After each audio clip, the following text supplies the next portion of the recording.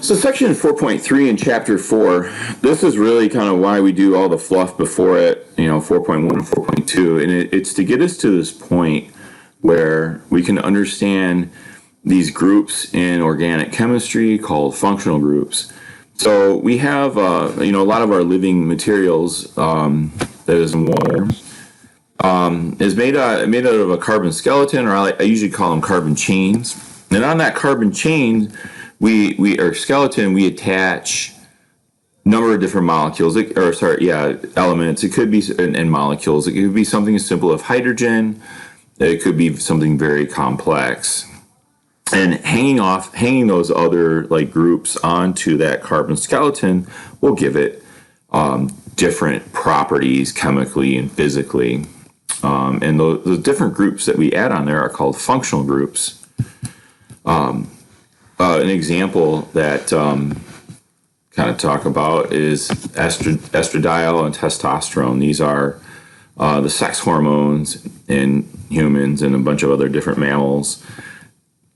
And they're responsible for primary and secondary sexual characteristics. And if you look at it, there's not a huge difference. They've got these both of them have these 4 carbon rings, both of them have the CH3 and this OH up on top. But if you look on the far left, estradiol has this OH group, we call that hydroxyl group, versus testosterone is just missing the H. And there's a double bond there. We call that a carbonyl group. And then testosterone has a CH3 or a methyl group kind of attached, kind of on the left end of the molecule. And that's it. All right. But the difference is that these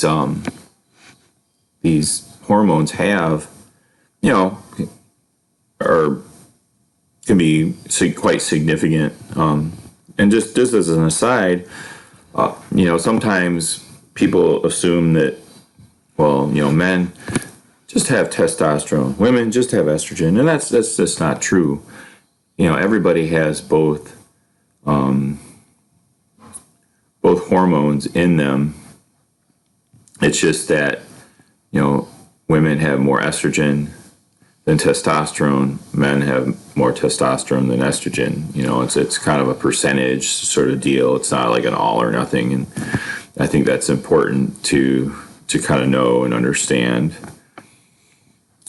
But hey, it's just a hydroxyl and a methyl group. That's the difference. Anyway, so our functional groups are, I like to think of accessories or things that we hang off of our carbon skeleton, our carbon chain. And then they're going to give that carbon chain different properties. Here's a list. I'm not going to go read through this. Here's a chart.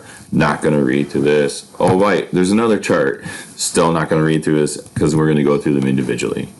All right. This first one is the hydroxyl group. It's written OH or HO, depending on where you find it in the molecule, because hydrogen makes 2 covalent bonds. Oxygen only makes 1. Oxygen only makes 2 covalent bonds. Hydrogen only makes 1. So if you put an H somewhere, then the chain's done. Anyway, so a lot of times the hydroxyl group is called alcohol. Organic chemists call it alcohol. Ethanol or ethyl alcohol is what is found in beer, wine, and other spirits. It's an active ingredient. Methanol is also an alcohol that's missing a carbon here. That's wood alcohol. That's the one that if you drink, that's the type of rubbing alcohol, and if you drink it, you'll go blind because you don't have the enzymes to help break it down. Basically, the shape of the methanol doesn't fit in our liver enzymes, and it's just problematic. So that's why you're not supposed to drink it.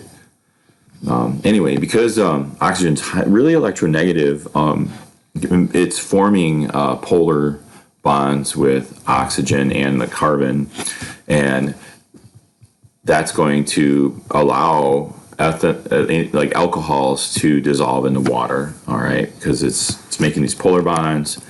That's why ethanol, methanol, isopropyl alcohol, they all like dissolve in water. Where if you were to take that OH off of there and just leave it in the, just take the OH off there, put a hydrogen on there, it would not dissolve in water. Here's something called a carbonyl group. All right. So the carbonyl group is just a carbon double bonded to an oxygen.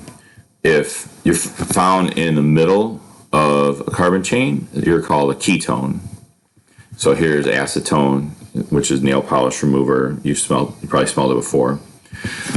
That's a ketone. If you're a carbonyl group at the end of a carbon chain, you're called an aldehyde. So we have ketones and aldehydes, or aldehydes and ketones. So you'll see these in sugars. You'll see them pretty much everywhere, and they are also polar, where oxygen's kind of making a negative, has a partial negative charge.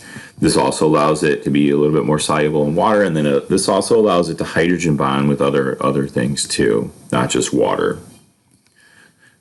So then if you take those two groups, the carbonyl group and the hydroxyl group, you put them together, you have the carboxyl group. And this one is very ubiquitous in our molecules. You're going to see this a lot. If you had to memorize like one, if you were only allowed to do that, I would probably suggest this one. Sometimes this is called carboxylic acid, all right, because when it's put into water, it'll dissociate a hydrogen and make it acidic. Okay, so like an amino acid. It's called an acid because it has carboxylic acid in it. Fatty acids are called acids because it has carboxylic acid. So here you've got carbonyl group and hydroxyl group all put together, the carboxyl group. And then this also is very soluble because it's like ionic and it's polar.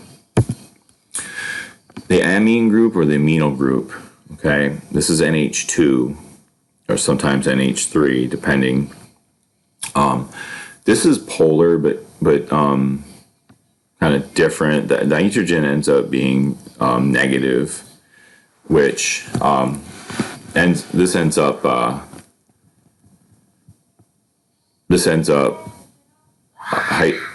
hydrogens on the amine group end up hydrogen bonding with the oxygen on the carboxylic acid or other carbonyl groups. Okay, so the nitrogen acts negative, but the hydrogens on here act positive. Since the nitrogen acts negative, it can actually attract a positive H. Okay, so you've heard of amino acids, maybe. This is why an amino acid is an amino acid here, because we have an amine and we got the carboxylic acid. So then we have some other ones. We have the sulfhydryl group. You don't find these as much. This one is usually found in amino acids and not many other things. And that sulfhydryl group, what it can do is it can actually form covalent bonds with other sulfhydryl groups. And that can be very advantageous when we're making proteins. And you see this in hair, depending on where these groups are at. Your hair can have different features. The phosphate group, which is PO3, this is unlike the sulfhydryl group, which is kind of nonpolar. Phosphate is ionic and kind of polar because of the oxygen. You see this like in ATP. We're going to talk about something called phospholipids, which are in our cell membranes. It's because of the phosphate group, and it's got a negative charge. Then we have the methyl group. Methyl group is very non-polar, all right? Non-polar, it's not going to dissolve water. It's just CH3. You saw that on the estradiol and testosterone. It's it's the melon. Like it's not that interesting, but it's needed for filler.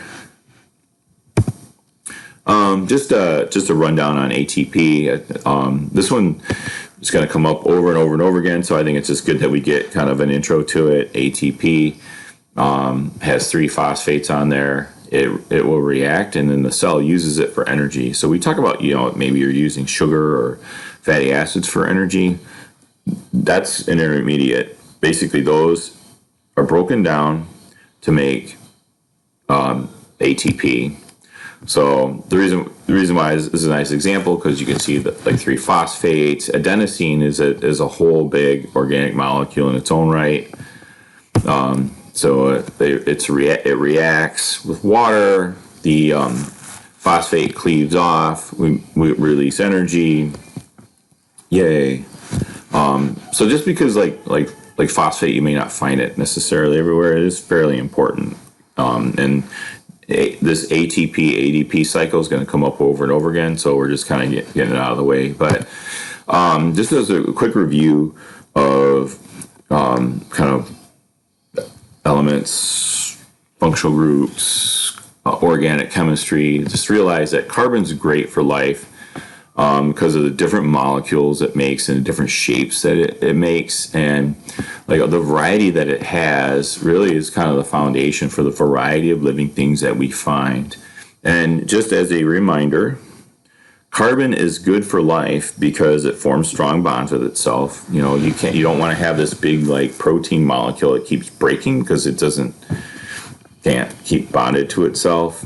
It forms 4 bonds, which allows it to be a tetrahedron, planar, and other things. And then it bonds with many elements. Okay, so keep that in mind. Go carbon, go functional groups.